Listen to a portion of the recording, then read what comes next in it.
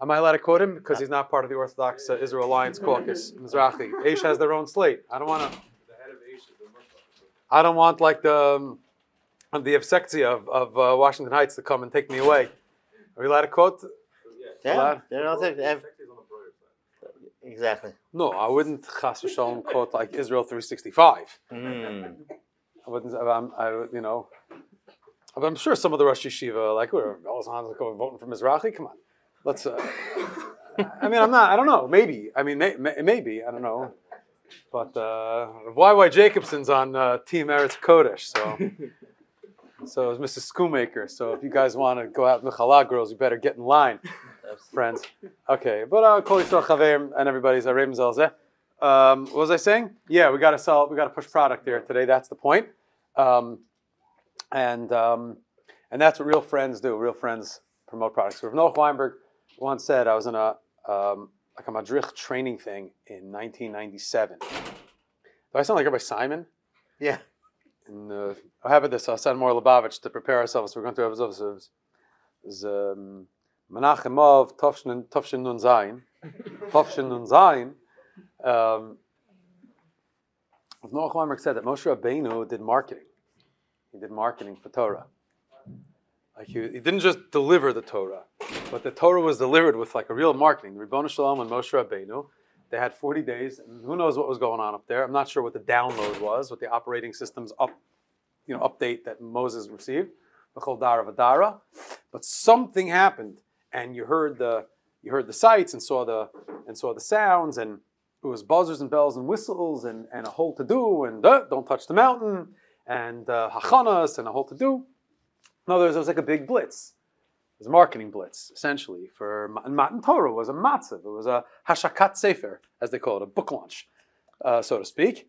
And I remember him pointing out that there was like a whole matzav, like to give over the Torah. It wasn't just like, okay, here's a Torah. It was like, it was almost as if,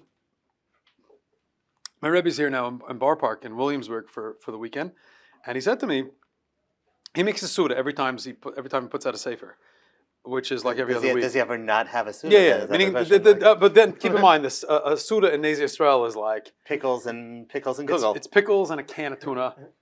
No kugel? Shabbos is kugel. They don't have kugel, kugel. Rabbi Boshnack lives near Flatbush, friends. So it's always kugel. It's always kugel. And he says he makes hamotzi and he makes a bracha. He takes a gafen, and he says like if you put yourself into something, you invest yourself in something, and you believe in it, you think it's meaningful, so then go for it. So, and I asked, I was speaking to him, and I said it's probably, he said you should go to America, you should go around there to Israel, and tell people that you believe in your sefer. That's what he said. Like, believe in your sefer, or believe in your seder. Right? I'm like, that's the, so I was thinking about it. Is it self-promotional? Is it just for covet? Is it money? It's not. That's not. You should go into real estate if they want to make money. You should go into home health care if they want to make money. It should. I don't know. I don't like make orthotics for dead people, or test a goses for cataracts and build a government. Not like do this for anything other than really. Just because it was my own therapeutic experience. Wrote this during the war. I started on Hanukkah after not being able to daven for weeks, not being able to learn, not finding myself, or finding any anchor with a sense of the ground shifting, digging graves on Har Herzl, and working outside of Shura, schlepping pails. It was very hard to find words. It still is unconscionable and impossible to find words. And an experience of real chaos. Milchama is chaos. Milchama is chaos. Period. Milchama is wild. It's still happening. There was just an unstable feeling. Anybody who knows me, I said this is like a bit. I'm working out this bit. Like I keep working out this bit. I'm like Chappelle in Wisconsin, like waiting for my big Netflix series. Like, I might say this on KMH on Sunday evening. But I'm going to like working it out until then. Everybody who knows me knows I'm not like a Pesach guy. We know each other a little bit. Hey, you're here. Not a Pesach guy. a lot. Pesach involves kares, and like a lot of halacha. And like my wife and her brother Rav Ari are so into it. Like my brother Ari, Rav Ari, he's a Pesach guy, right? Like my wife is a Pesach guy. My father-in-law loves chatzos on Pesach night, like shiurim, and like he went to Moshe's apartment during the Seder and asked him about the shiurim, and he Rabbi Bear with the shiurim, and like our kids, like they grew up like when we go to Saba and Savta for Pesach, like we had a game. I'm told them every time Saba J says Rav Aaron or the Rav, you know, I'm going to give you a marshmallow. You get it, you can cash it in. Harim shal marshmallows. Pesach is gewalt, but it's not my thing. I'm a Lag Bomer guy. But I go all in on Purim. I threw up Motzei Shabbos this year, Purim. I made Avdol for my monkey cup. I was Melech HaKofim. And I go, Purim, I go all in. You can put this on while you Torah. We're here. No, I'm proud of it. You're proud of it. I'm almost 50 years old. And yeah, I threw up on Purim. I pass out on Purim. And I was Poris Mappa. My wife wouldn't listen to my Kiddush on Purim. She made my son-in-law say Kiddush again so she could be Yotzei. But I did it. That's right. I'm proud of that. I go hard at Purim. I'm a Purim guy. From Purim to Lag BaOmer, I can't do anything after Purim until Lag BaOmer. I'm dysfunctional. Yom Yerushalayim, I go all in. I love Yom Yerushalayim. I'm a Tu B'Shvat. I even go, Tu B'Shvat's my day. They're a Bonan and Minhag man. Kares makes me nervous. Pesach, I just get overwhelmed. It's just so much. I'm just like, you know, I go to like the Siyam and I eat a piece of rainbow cake and like burn the chametz and yeah, I love it. But it wasn't until this war that found myself struggling, like literally flailing around, without any sense of like what's going to be and how is this going to end. And like, you know, things are not going great when like everybody's talking about Mashiach. It's like a lot of Mashiach talk, you know. You know, it's like that old Maisa, the Vision Sir Maisa, the guy comes to the Rebbe, and the guy had a big deal to make, and he was going to invest in a bank, and invest, and then the Rebbe told him, don't do it. And he goes, well, the Nitunim, the numbers are like, it was like that woman with the glucose tests or whatever, the blood, you know, like just like the numbers are off the charts. Everyone's going to be a millionaire. He's like, it's crazy not to do this deal. Every single indicator says this deal is going to go through the roof. It's going to be huge. Got to do it. And the Rebbe said, he goes, you know what I'm saying? Like it goes up every month. Like it's a sure thing. I just came, like he came for like the check to get like the Rebbe to say, go for it. And the Vision said to him, don't do it. He came home and told his wife. And his wife said, yeah, asked the Rebbe said, don't do it.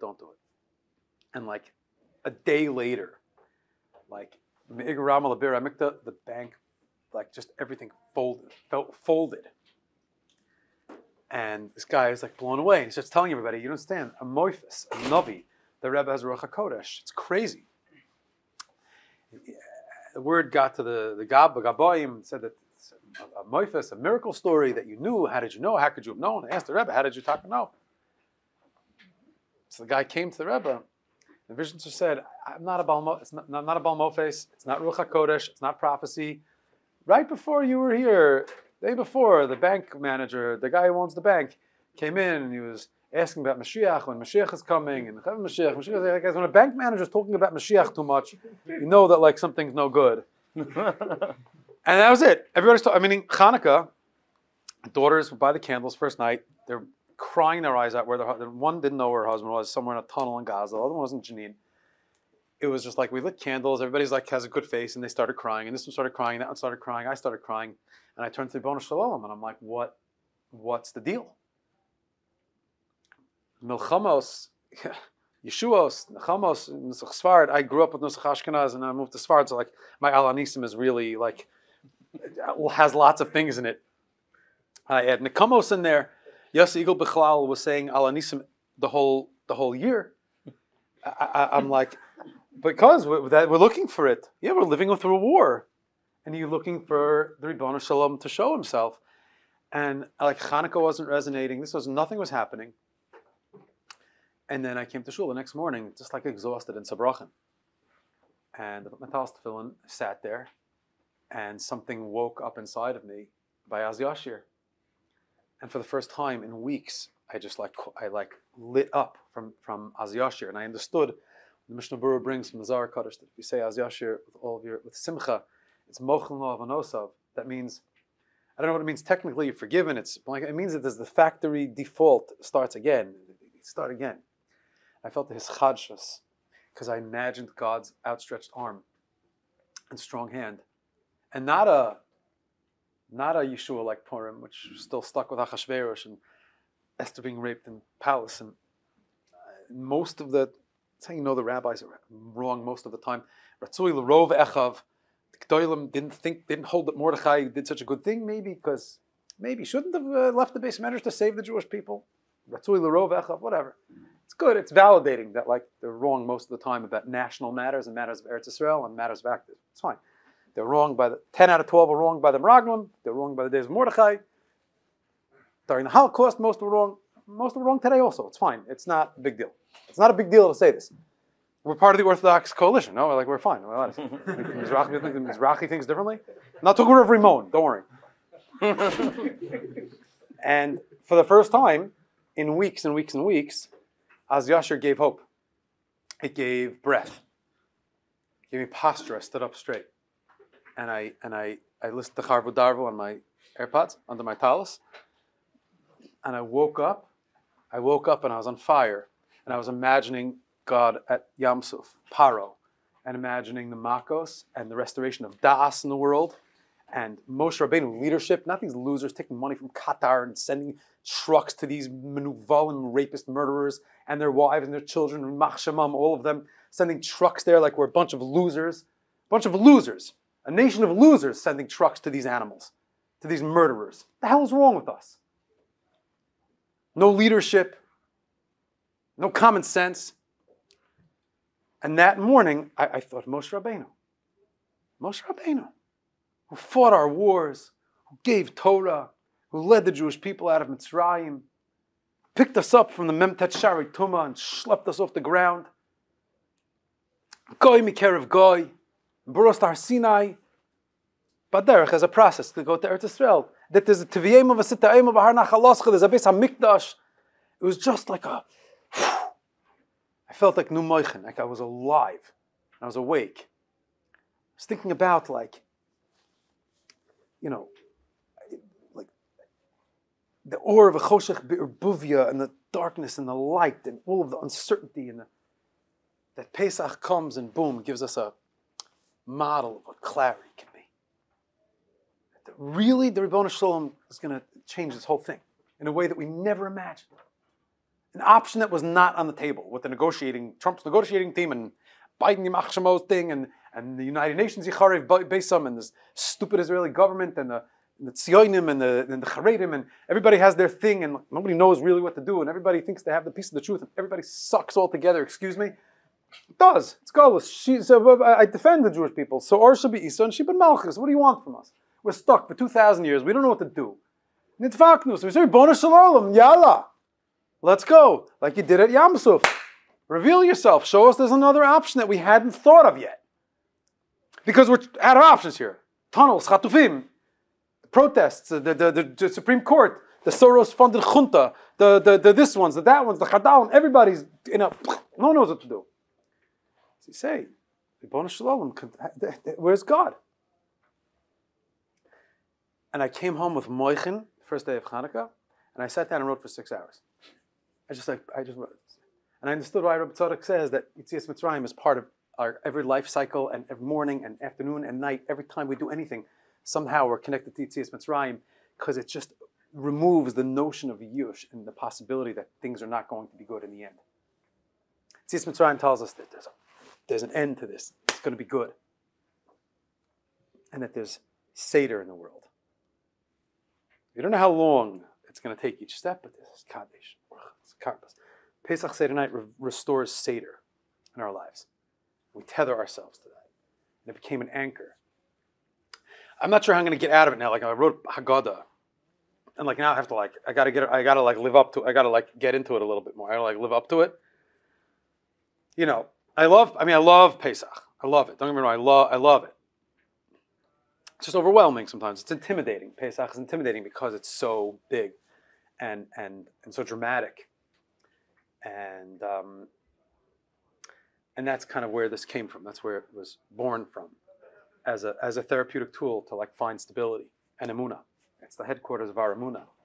Mischel da asvasa, mischel da memnusa. Every bite strengthens our emunah. Every bite heals us, and that's what we need more than anything. Is for Knesset Yisrael to be healed, getting better.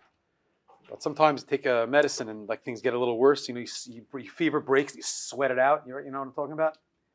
You ever like throw up so strong? It feels so good.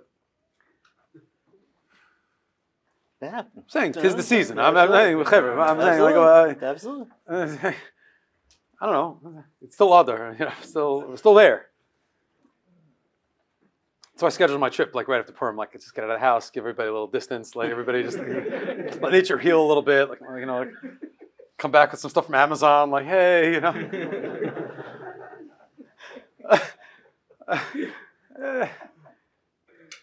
But that's what the Seder is. It's a process of stabilizing, clarity, of restoration of Seder in the world, of healing, and of faith and of emunah. I believe in it. I have emunah. I believe in it. Ani mamin. I believe in it. I believe that there'll be a good end to this whole story. Don't know how long it's going to be with the Maurer, you know. Don't know how long it's going to take. But the Baal Shem Tov HaKadosh ate Maurer b'Haseba. And we share Asher Kiddushanim b'mitzvosav, and we fulfill mitzvos b'simcha. And there's something about Pesach which allows us to liberate the painful parts of our experience and the difficult and the challenging and the salt water. Something geschmack about the salt water. There's something to it, even though it's remembering the dipping of the ketonet pasim and the karpas. Something about the salt water that's something which is stabilizing. Because we know that there's a process here. There's a promise from Bris ben Absarim, Brit ben Abtarim. Hashem said it's going to be 400 years. That means you're born in Egypt, a slave. There's no hope that you're going to leave. There's no hope that your children or grandchildren are going to be free. We always hope, oh, my kids will make it one day. They'll get out of the ghetto and play ball, and they're going to get a scholarship and whatever it may be. I don't know. Do you know what I'm saying? Or like we're hoping, like, my kid will be a Talmid Chacham, you know, and then fix all of my youthful indiscretions and whatever. Maybe one day he'll grow up to be a point guard in Sarachek and score the winning basket against Eula or something like that. And like maybe like one day Heichal does Heichal in Sarachek? That's a good question, no? That's an article waiting to be written by somebody, no? That's hot, no? They'll like play an auxiliary game, right? Whatever. Maybe one day. May also get May and also. May. Maybe one day my kid will, like, you know, like he'll go to Ner Yisrael or something like that, and like, I don't know, maybe we'll make it. We'll be validated in some way. Whatever it is. In Mitzrayim, you were born. Like, you know, God promised Abraham it's 400 years. So like, if you're in year 70 or you're 140, like my grandchildren are going to be born as slaves and die as slaves. There's no hope. God said so. There's no wind at your back, you know. There's no sun on your face. It's like you're done. Born, dead. Born. The best I can aspire to is that I'm going to die a slave and my child will die a slave.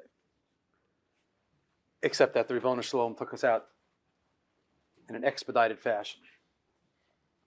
Chipazon, like quickly, 210 years in. In other words, Mitzrayim is like the template. And Yetzias Mitzrayim is the template for Yeshua, for Geula, for an unexpected salvation in the face of something called, or what the world calls Yish. So, anyways, I that's why I'm out here to say that there's going to be a good end to all this. No, we have to just stick with it and be besimcha and have emunah that the Ribbono Shel Olam is taking us out, goy mikarev goy, not because of our actions, not because of our merits, simply because He loves us and because He promised our grandparents and He's got our back. So we didn't really discuss exactly what we're doing here, besides like giving, you know, mikavod and getting friends together to, you know, just fabrang and be supportive. But I'm grateful. It's supposed to come. Part of Geula is also picking up all the different parts of yourself. So I'm going to Camp Ramah later today to do a book.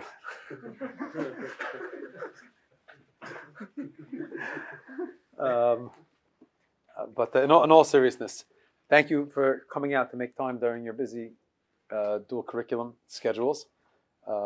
It's very, very meaningful.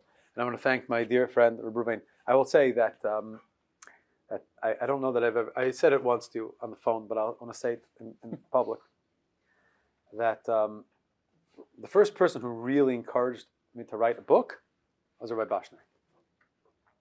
It's Vasema's project. I remember I sold them in Reshit. Oh, yeah. I had like a whole pile. I sold them in Reshit. Guys like, what's this? I'm like, it's awesome. You need it. We have more downstairs.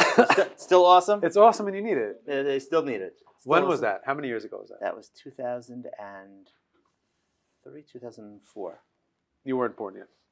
That was before. You weren't born there yet either. Hey, what's going on? That was before the Girush. Before the Girush. It's a different stage of our exile. We're getting closer. But I remember when I had that, and I was so excited about it. I'm like, I can't believe you wrote a book. He said, you should also. I said, what am I going to write about? I don't know if you remember this. I said, what am I going to write? He goes, you said, I don't know, what were you teaching? At the time, I was teaching in Reshit at night. They were learning Sefer Ayel HaShachar from Rav Filber. How about that? And he's not in the coalition?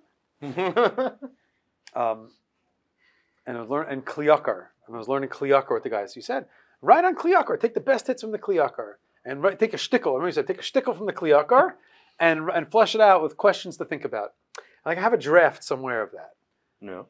And that was your chizuk. That was your chizuk. And I have a lot of hakar satov. I want to bless all of you. You should know that it's not simple sometimes in the world, as you might have seen, you might have experienced, young men. Life sometimes not simple, not pashut. Zillow. And we get by with a little help from our friends. The journey, the pathway from exile to redemption is mekabel dein mein dein, receiving from one another. Is chavrusa mitusa. Get high with a little help from our friends. It's the only way. We're going to try with some help from our friends. Yeah, kipshuto. And that's kind of what this is. That was the idea. I don't know exactly what we're doing. I just said like the people that I love, who are the people I see as mentors and teachers of mine and friends, who help us get to where we are. I'm not sure exactly where we are. We're going to Izzy's today, though. I'll tell you that. That's we eat for sure. Today we eat today. Ken. Today, yeah. Besides for that, we're going to go. The Lubavitch Rebbe used to do. I mean, he basically, I won't say controlled the world, but definitely like influenced and impacted much of what went on in the last generation and in our generation from that room there. So we're going there to them, Baderech there to there. On the way, I wanted to stop here at YU, a place which is so important as an important part of my life that has a certain chapter, and that I have incredible hakaras hatov to, and primarily to the friends that like made this a place. I didn't have the easiest time here in every way, but the chaverim who were like, the ones who had the little mark on their forehead, like Rabbi Boshnack, and I say Shemus of Tzadikim, I say Michael Bashist, and Rabbi Zevi Reichman, and I don't want to say his name out loud. It's off brand. I'm trying to sell books over here. And Mod, he doesn't want his name mentioned, whatever, because of whatever,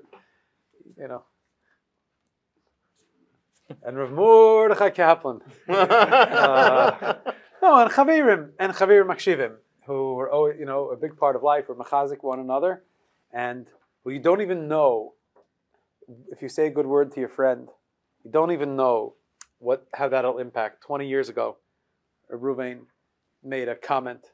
Just whatever, you're teaching Kli Yakar, you're learning Kli Yakar, so take a shtickle from Kli Yakar, write it up, translate it, and write a couple leading questions, and you have a book. Do it. And I remember, you made it sound so simple and obvious until I got out of my own head, until I got out of my own entanglement of thinking mi ani and cranking out sefer after sefer. So that's why I think also Pesach takes place b'chabura. The Korban Pesach b'chabura. Redemption, it's not something you do alone. It's something which we do together among Chaver Makshivim. That's why it's very meaningful to come here today among people who are Chaver Makshivim. all of you, and specifically Rabbi Zriel and Reuven, or what do they call you? Rabbi Boshnack and Rabbi Kushner. Greg. So, anyways, thank you to YU Torah. This is an actual video on YU? Yeah. Oh, man. I would have worn a jacket. Okay, without further ado, someone who has Torah to share. Rabbi Boshnack. Chavod, the great. Chavod Baderech. Yeah, I asked Rav Kluger to come today. That would have been awesome. I asked him to come. He's in Williamsburg this morning. And I said, I'm going to Yeshiva University. He came to YU one time. Not to YU. To the apartments. Remember with Rav Weinberger, there was a zitzin in the apartments. Wow. So he said, what? He asked, what time? So he said, Ken, and then I heard somebody in the background say, it's not like in Yiddish, like something in Yiddish. He goes, yishpo, whatever. There's a shir. I didn't realize, but I bless you to have friends who believe in you, and Rebbe believes in you, and most importantly, to know that the Ribono Shel Olam believes in us more than we could ever even believe in ourselves, and hopefully a little help from our friends and a little help from Hashem. And Moshe Avdo, God willing, will be able to continue on this path of redemption, Gula together. Then Moselle. Then Moselle. Cash also works. A transfer, you probably do well with that also. Yeah. Absolutely. No, it's that's it. It's about Chaver Makshivim. It's about not being a person just alone in the corner by yourself with your svarim. It's so important to have good friends, to have chabur, to have friends. It's so incredibly strong. I've been smiling all week since Judah said this is going down. So it's been I even thought it was last week. I got ready to come up like, oh wait, no, he's still in Israel. Okay, so it was 2 weeks of anticipation waiting to come and to be here together. I'll tell you, for so many lessons that I got from that Sfas Emes project. One of which is that there's a story about Rav Freifeld that when in the Baderech Shulchan, it doesn't say in the book the Baderech Shulchan, but if you read between the lines, it's probably the Baderech Shulchan. Baderech Shulchan came out, so he sent each one of the Bnei Kol to go buy a Baderech Shulchan from Rav Freifeld. This is an aspiring friend in the thing, Chaim Berlin Kol, who's around over there putting out imports. I think is the Baderech Shulchan. Go buy I want you to go buy a copy of the Sefer from the Mechaber. So my brother-in-law Avi, one time came back from yeshiva. He came back from Hefter, like Sarachek, they're still in the yeshiva. He came back and his Rebbe, Rav Kirsch, Talmud Rav Freifeld, said, "I want 6 copies of the Sfas Emes project." I'm like, "It's cool. What's it going to do with 6 copies of the Sfas Emes project?" Then I read the story of Rav Freifeld. I'm like, I'll tell you, that's what it is. It's a chizuk. You put so much of your kishkas into the sefer. You put I put my neshama here. Here it's normally so hard. We see each other only once or twice a year, but now we have Rav Judah with us in the house all the time. Now I can Rav Judah with you at your seder all the time. It's also a segula to have in every room of your home. Absolutely, and buy some for your sons-in-law. It's a segula for Ashirus. Buy some for your sons-in-law. Not for you. But that's not Ashirus, but it's a segula for extra bucks laying around. Absolutely. Segula for Huvi's wedding. And another book deal from Mosaic. Amen. Gewaltig. And Everybody that's has it. real estate opportunities, though. You put you put your kishkas into a sefer. So that's why there's one lesson I learned from writing a sefer. Another one is that a fantastic thing.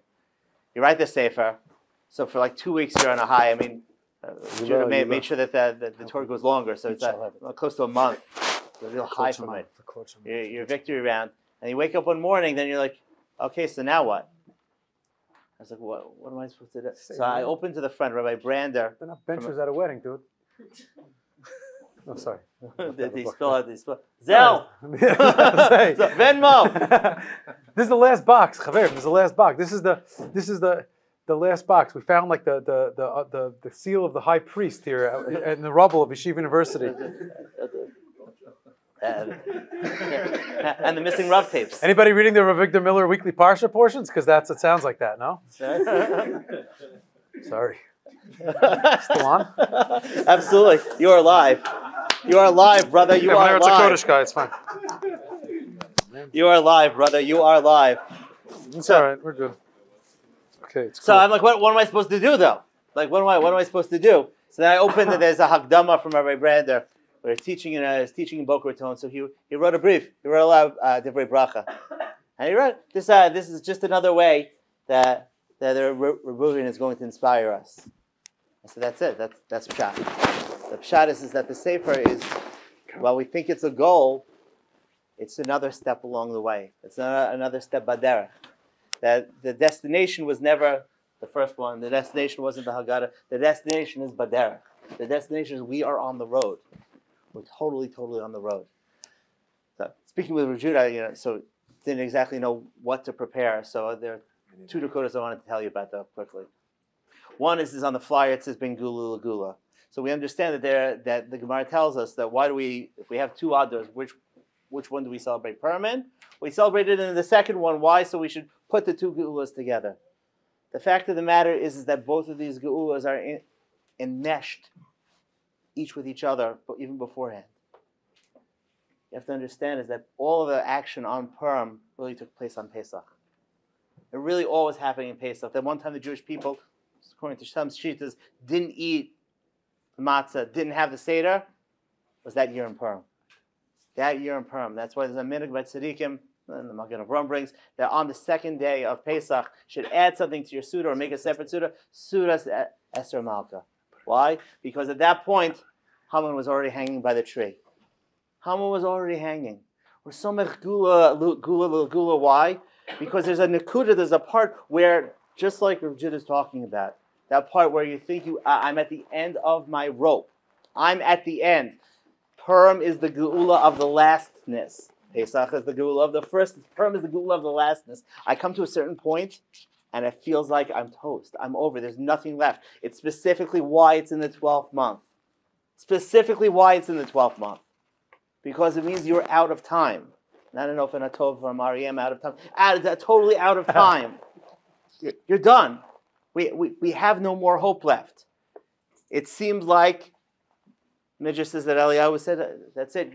You're over. You're given over totally, entirely. It's done. You're over. Past the expiration date. Worse than a bottle of Chalav Yisrael milk. Worse than a bottle of Chalav Yisrael. You're done. It's over. And then what happens? Hey. Then what happens is we turn back around. We reboot. That when it comes to the end, that's where we restart again. It comes past the part where you feel like you cannot anymore. And that's where the start over comes. And that's why after Purim, we bring Parshas Para. Because that's the Nakuda of Tchias HaMesim. We don't understand between the world of the living and the dead. We don't get it. Rav Moshe Shapiro, I heard him say once, I was there. I had to fight some Israeli guy for a seat. For an entire year, every time I get there, you're sitting in my seat. It's not your seat. Your seat was the other one last week. No, that's my seat. Next to the stain, two chairs over. So he said, there are very few things that pierce the veil between living and dead.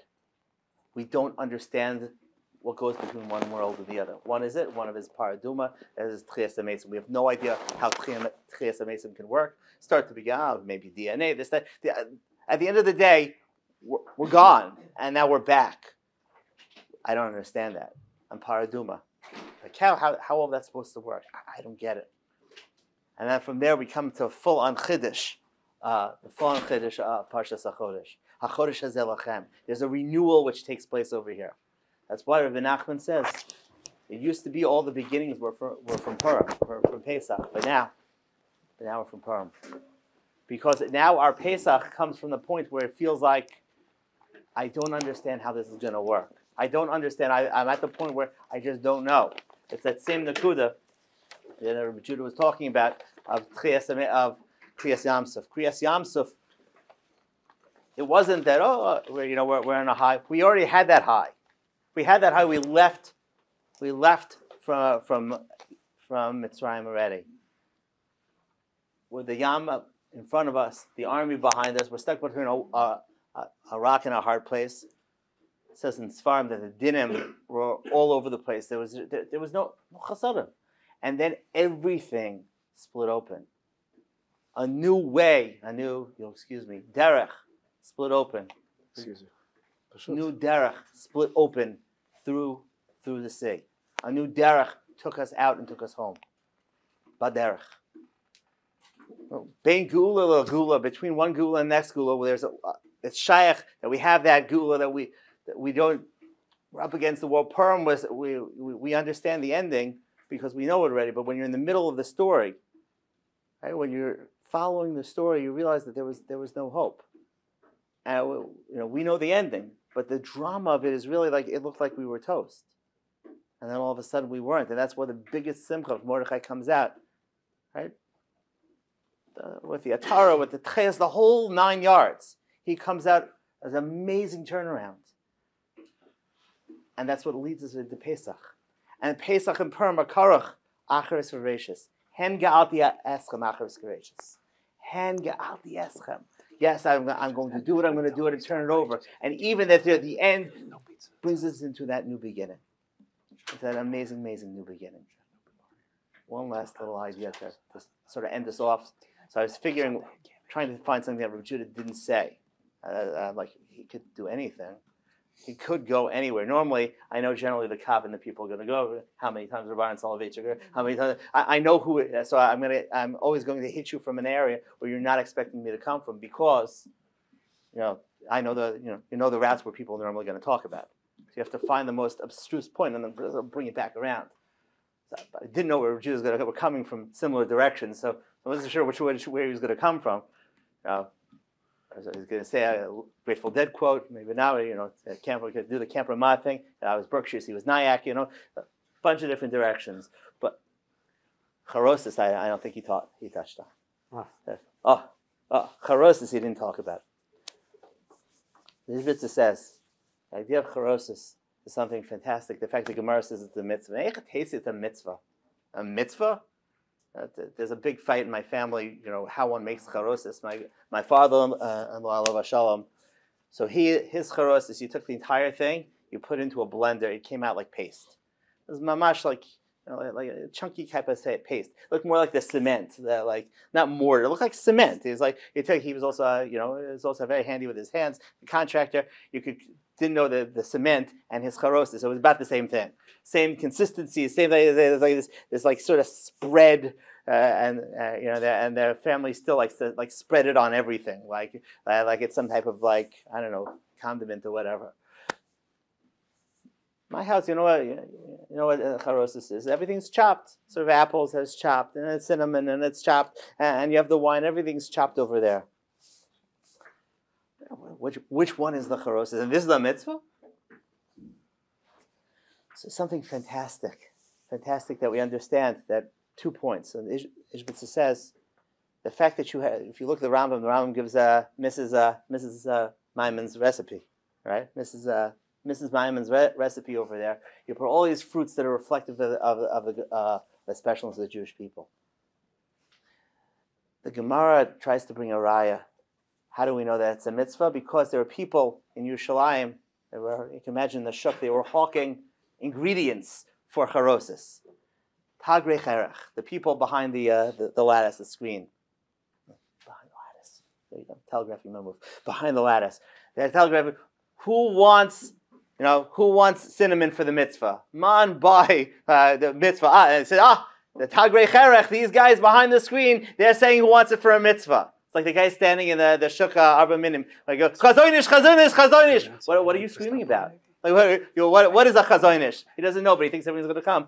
You mean the pardes? You mean the sheet in the bottom? What are we talking about chazonish? Just chazonish, everyone's going to come. It used to be like if you want to sell a book to Sfardim, you put Rav Avadia's picture on it. If you wanted to sell it to Haredi Ashkenazim back in the 90s, you put Rav Shach on the cover. It could be anything. It could be a cookbook. Rav Shach's on the cover. Okay, I have to buy it. It's on brand. So chazonish, you scream chazonish. So the guy behind the screen is screaming, who wants it for a mitzvah? And this is my raya. This is my raya. The salesman told me it's a mitzvah. My wife one time, Tu B'Shvat Jews also, my wife one time said, went shopping, we were having a Tu B'Shvat Seder in Queens. Right? Deep dive into Tu B'Shvat, we make a Tu B'Shvat Seder. So what happens? So we go to Aaron's. And my wife ran into a holy Sephardic lady with a big velvet head covering on, and she said, "You should buy all the fruit you can because of the mitzvah." Mitzvah brought all the fruit, so she comes back with a persimmon and you think it was Erev Rosh Hashanah, and dragon fruit and like bags of it. There was like 4 of us there. Sure, I'm like, sure. Why did you buy all the fruit? The lady in the store said it was a mitzvah. So, you can see about doing that, right? It was a mitzvah. The lady said it was a mitzvah, so I'm not going to argue with a Sephardic lady. She said it's a mitzvah. It's a mitzvah. Here I go. The Gemara brings his raya. The salesman in the shuk told me it was a mitzvah, so I bought it. The haraya. Tagrei Cherach Leishvitzer says is that there are certain people who can look behind the screen. Take a look. They're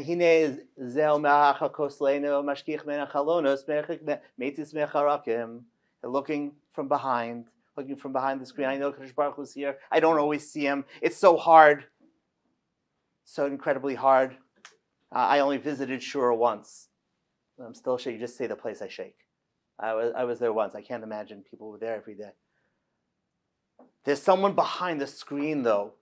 He's calling the shots. I'll tell you, if we have a food which is going to tell us all the miles of the Jewish people, all the entire 8th parak of Shir Hashirim, where you can find the fruit from Shir Hashirim, put it in your charosis, the Rambam says. Why? Because it's a mitzvah. It's a mitzvah to tell you what's inside of you, tell you what's inside of us. Ani shayach la'am, right? Ani shayach la'am. What's inside of us to bring that out. And that's a mitzvah. And that's a mitzvah. But derech as we go, being geula l'geula, we understand we're on a process, a path. We don't always see where we're going. It's very, very hard, but we know that every step is bringing us back home. Because the man behind the screen said so. The man behind the lattice is telling us, I'm calling the shots. If you can see what's inside of you, that's a mitzvah. We should be zoicha. All to see the Gula Shlema, along to see all the. It really is about the friends you make along the way. It really, really is.